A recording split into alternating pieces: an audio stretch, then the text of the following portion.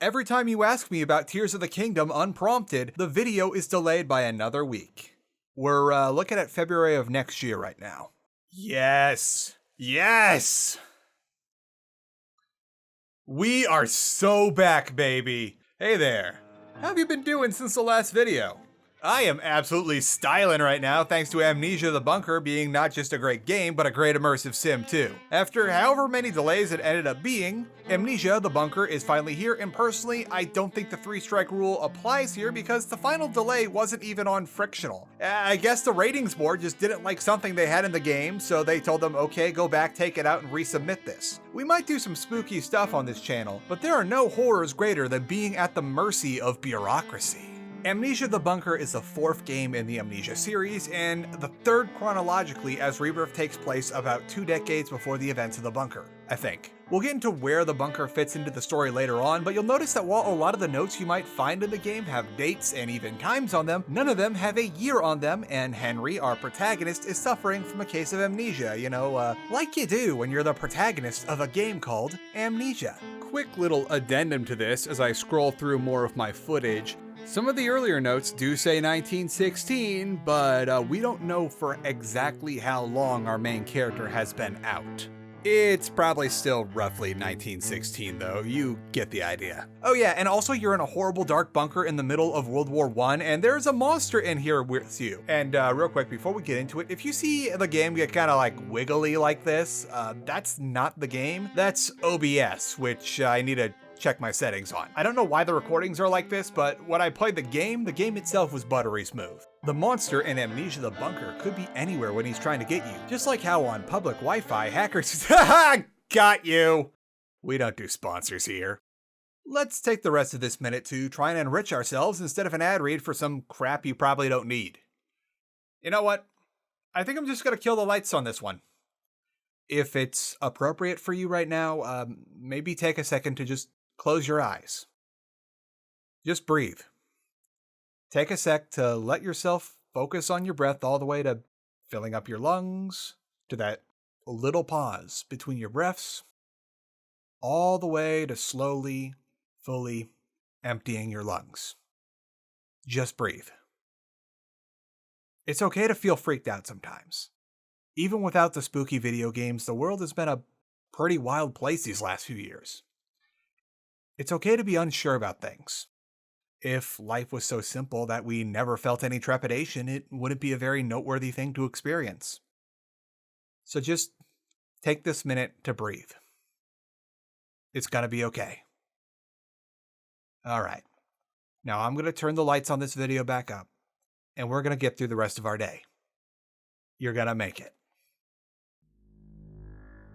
Amnesia the Bunker is the most adventure-y of all the Amnesia games. It very much feels like a throwback to the good Penumbra games, and we all pretend that Requiem never happened. It's all about how you're stuck in a very exploration-heavy area with very little light and a limited inventory. Things like your light source, your gun, and fuel sources all count for spots in your inventory, and you can mash things together to make new things. Also, if you're feeling particularly brave, you can stash your gun, your pocket watch, or even your flashlight into your storage box to make room for other stuff you want to go out and collect. There will be many puzzles that you need to solve, but less along the lines of like logic puzzles or whatever they're called in the System Shock remake, and more along the lines of, I need to get into this locked area, but there's no key nearby, and breaking down the door would make a lot of noise. I really don't want to make a lot of noise considering what is in here with me, but I really need to get in there. There's no like weird adventure game logic stuff, it's all just solving a puzzle. The game's core objectives are very simple. You need to get out of this bunker, and that requires that you find some dynamite and a detonator. These two items are even in areas directly adjacent to each other. Speedrunners have already found fun ways to tear this game to shreds, and it's always cool watching runs. But for a casual playthrough, it'll take about 6 to 8 hours depending on your playstyle, maybe more, maybe less, but the game is very replayable. The real challenge comes from finding your way around the bunker in near total darkness while also avoiding the rats, the rigged grenades and other traps left behind by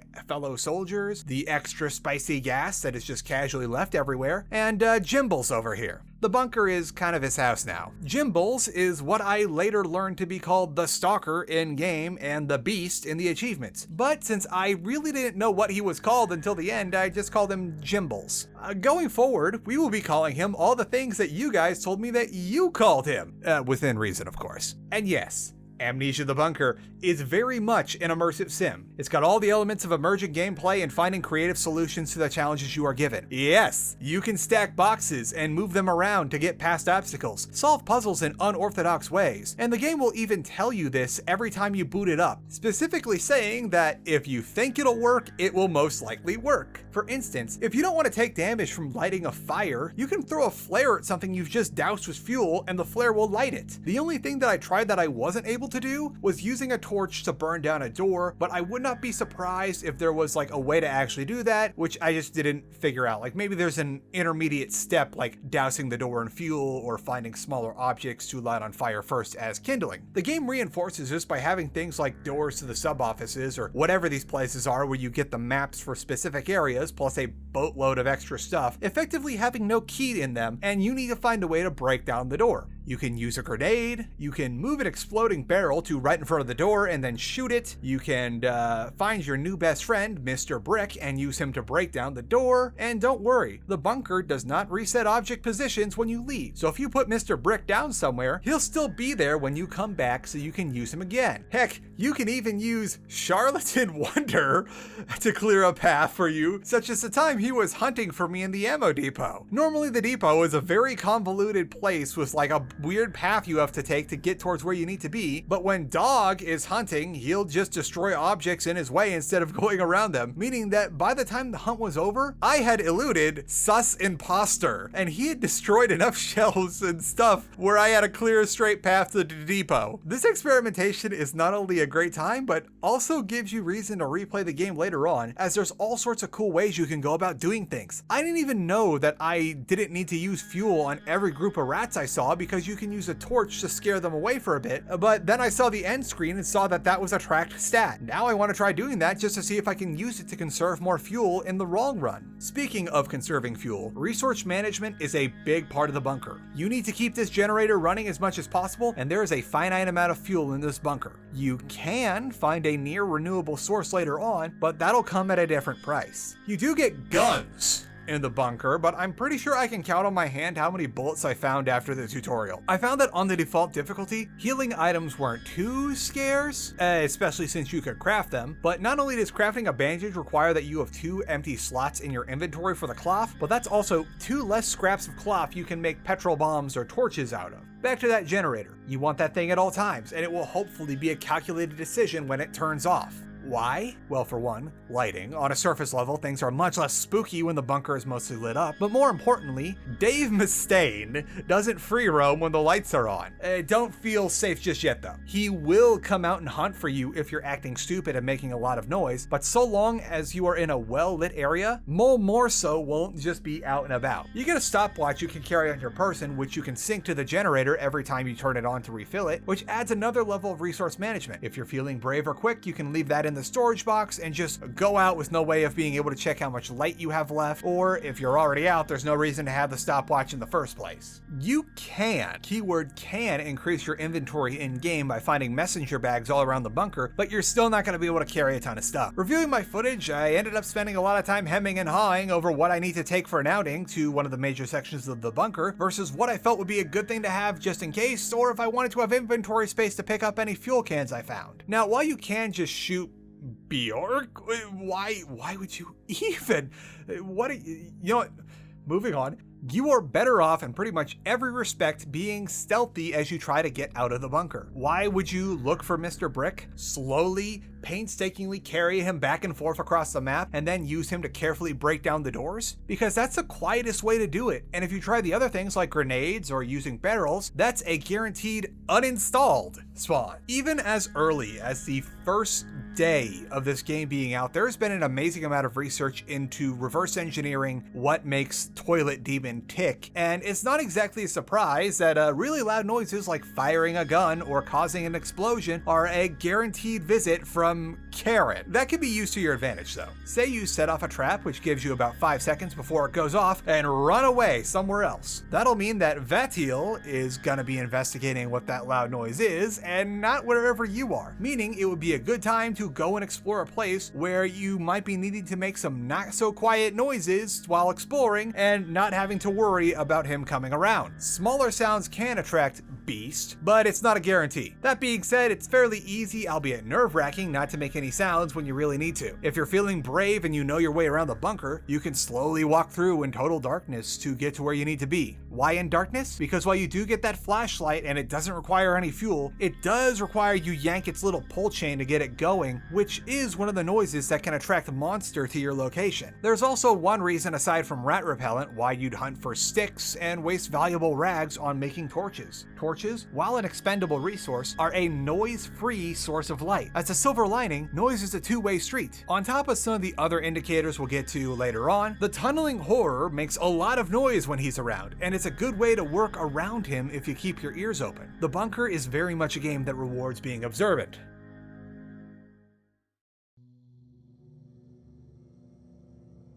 We've gone long enough without talking about the spookies, so let's talk about them spookies. For one, and the most obvious, which we were just talking about, the darkness. Aside from your mom, the Bunker does a great job of making sure that you'll be scared of the dark. If anything, having the option to have things well lit for a time makes it worse when the lights are down, as this is already a decrepit looking bunker and it gets a whole lot creepier when you can barely see anything. Rats become sets of glowing eyes, it's hard to find your way around, and in the dark you'll often accidentally step on things that will make noise, alerting Among Us. The Bunker also does a great job of making it to where the light you do have in the dark doesn't throw itself very far. Without a light source, you'll be able to maybe see a couple feet in front of you, and if you want more light, you're gonna have to crank that chain. And every time you crank that chain, you make a little more noise. And when the big guy isn't around, you've got everything else in the bunker. For starters, we got some New York-sized rats here that are just going around like they own the place, and the abundance of snacks, thanks to the war, has emboldened them. There's no way you're getting around them without a distraction or a means to remove them for more than a few seconds. They'll come right back too, unless you permanently deal with them, and the only way to do that is to burn their food source, which will cost you at least 1 can of fuel, and you'll need a means to light it. There are not nearly enough fuel canisters to burn all the bodies, and even with getting creative, you will have a very hard time if you want to try and get them all another way. Also, a fun little thing is that when you're creeping around trying to listen for if Heck Hands McMike is coming, there is still a world war going on outside, and sometimes a stray artillery shell will hit the bunker, giving you a good spook. Speaking of which, there's how the audio sets the mood, the way the footsteps echo, the way you can just barely hear the rats nibbling on something as you go past the door in the hall, that pathetic little noise your flashlight makes as you wind it to try to get a bit of light in the bunker, the way that even without any sort of ambience or music at times, you can be entirely unnerved even when there's plenty of light in the bunker because you're good with generator fuel. You know what, I think it's better if I just play you a clip and hope YouTube doesn't butcher it too much so that you can get a feel for this.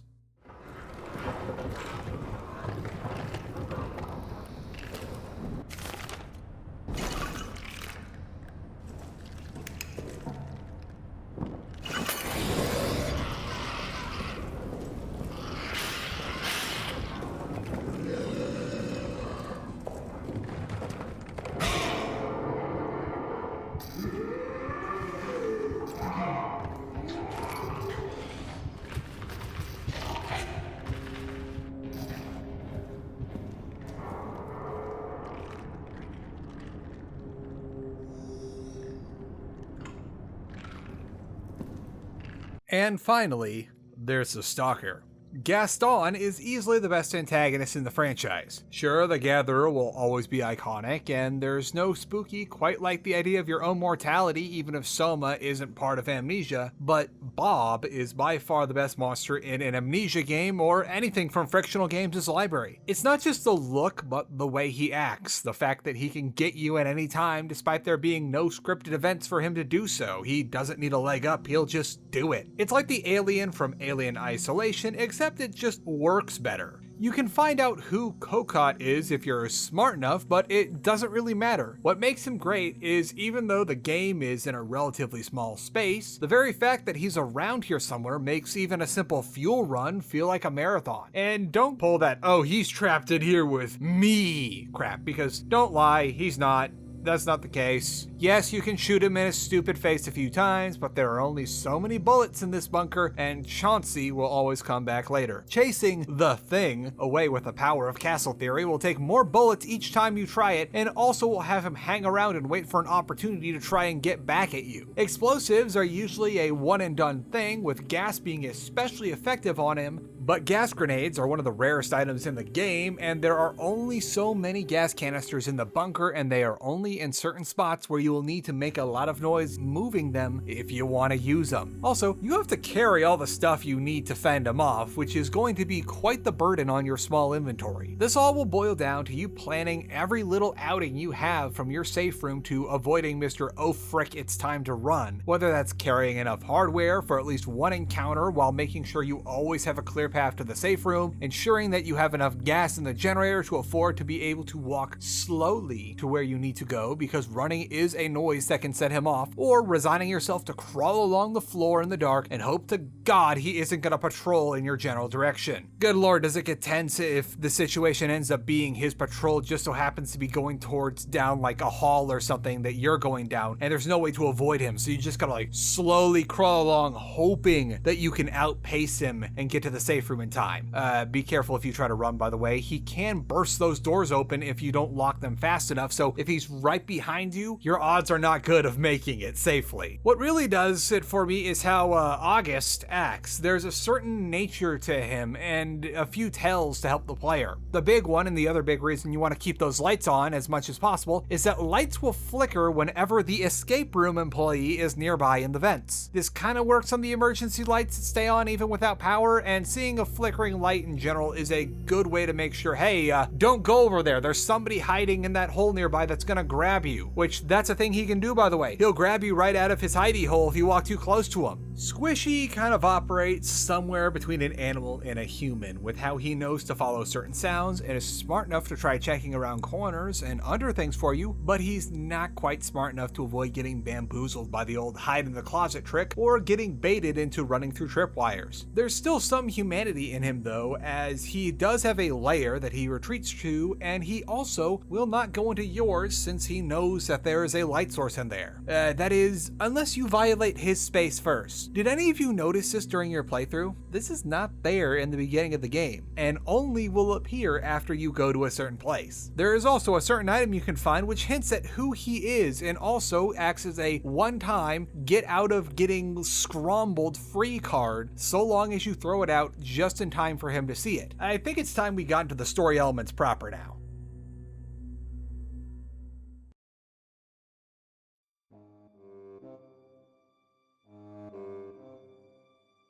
The premise of the bunker is simple enough. You are a soldier named Henry. You have amnesia. You are in a bunker. Henry was battling through the trenches in World War I, and things weren't going too well until this buddy comes to save his bacon during the tutorial. Flash forward a bit later and you're on patrol where you find your buddy in a big hole. He's not doing too hot. You try and get him out of there, but the Germans find you and we fade to black. The next thing you know, we wake up in the namesake bunker with no idea how we got here. Alrighty. Story spoilers from this point on, so you know what to do if you don't want them. So we wake up, and after seeing some dude get grabbed, we find some notes from ourselves about how we talk about some bad thing we did and wonder if the others knew it was us that did it. The others seem a little preoccupied right now being rat food, so I don't think they're concerned. But more notes imply that there was quite a resistance against Kyle because he likes making holes in the wall.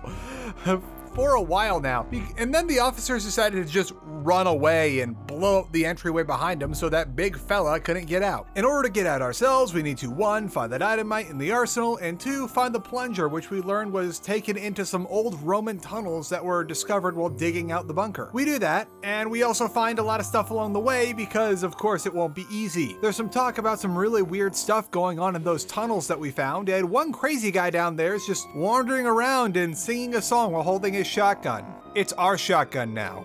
There was indeed some freaky stuff in those tunnels, and it just so happens that they open up to right where we found our buddy going on the patrol. His dog tag is even still there. We blow open the door, but end up falling into a deeper chamber below the bunker that seems very familiar if you've played other Amnesia games. You then either elude or send my ex-GF's name, falling to his death, and the game ends. So how does this fit into the greater world of Amnesia? Well, something I didn't immediately mention is that one of the diary entries involves Henry talking about how he cheated in a game against his buddy for who had to take a crappy patrol, and that's most likely why we found him out there on our patrol, like in a hole at Death's door. The crazy guy down in the tunnels says that these tunnels were part of some sort of barbaric ritual or something, but an experienced player will know that they give off that vitae blue color, and they are most likely some sort of crossover from the spooky zone like in Amnesia Rebirth. We don't know exactly when the spooky zone civilization collapsed or how long ago the entity we knew as Baron Alexander from the Dark Descent was cast out into our world, or if time even flows at the same rate between our worlds, or if there wasn't some sort of crossover event between the spooky zone and our world outside of the main games. Heck, and for all we know, the Romans in the Amnesia universe could have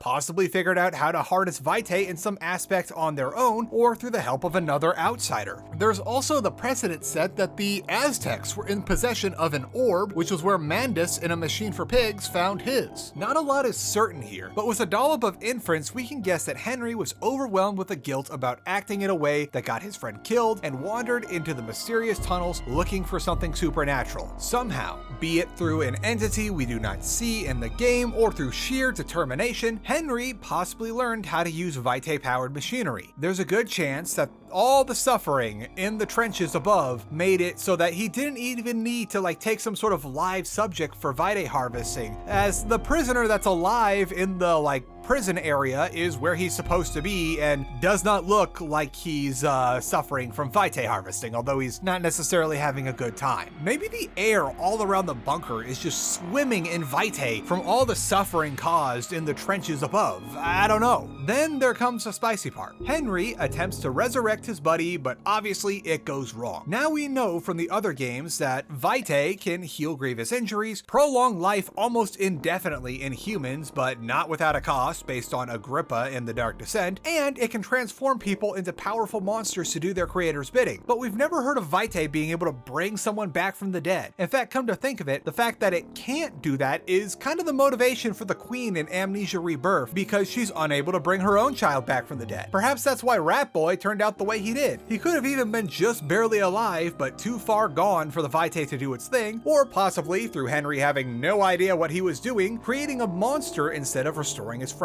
back to normal health. There's still so many questions that I personally have, like how did Henry figure out how to do this stuff in the first place? How did he do any of this without access to an orb, which are very rare things in this world? How was he able to give himself an amnesia potion and get himself back to where he needs to be? Perhaps I missed something, or perhaps this will all be explained in another story similar to the Justine story and Amnesia. Perhaps it's all meant to be ambiguous. Who knows? Amnesia the Bunker is amazing. I think it might just be my new favorite game in the franchise, and is one of my favorites from Frictional's entire catalog. Not only is it a hell of a great time, but it's also highly replayable, with all the codes and traps getting scrambled every run, plus a whole lot of other stuff like finding those missed notes, finding new ways to elude the monster, and all that good stuff. So what's up next is most likely going to be Halloween in July, my yearly extravaganza where I take a month out of summer to play a bunch of spooky games because no one can stop me.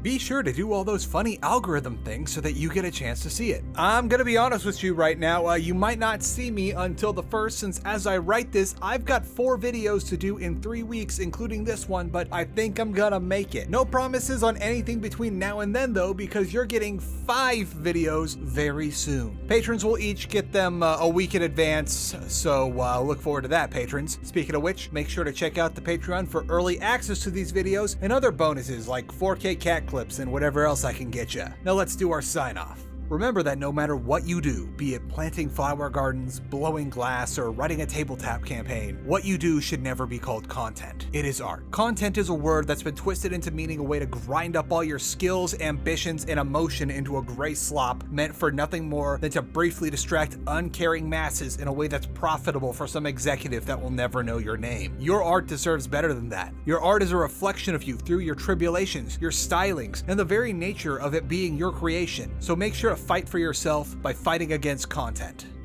Fight for your art. Saucy boy. Boy, you were so brave today.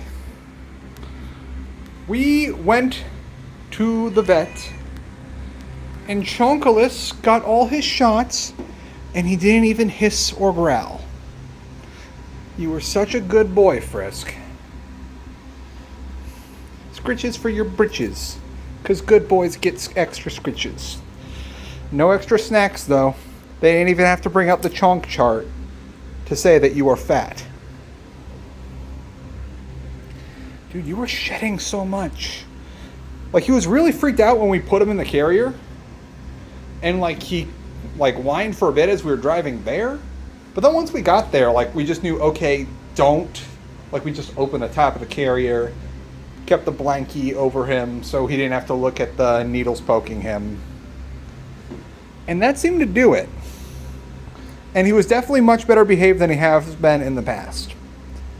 Like, we used to have to, like, put him out for, like, everything, because just, he was an avatar of violence. But now he's a chill chonkalis. Oh, no. Oh, I jinxed it. You know what? I'm going to sit down with my big-ass clown shoes so I don't get shin splints while I run. And just marvel at the boy. Off he goes. Oh, you going to hang out in the Dr. Pepper box I left for you?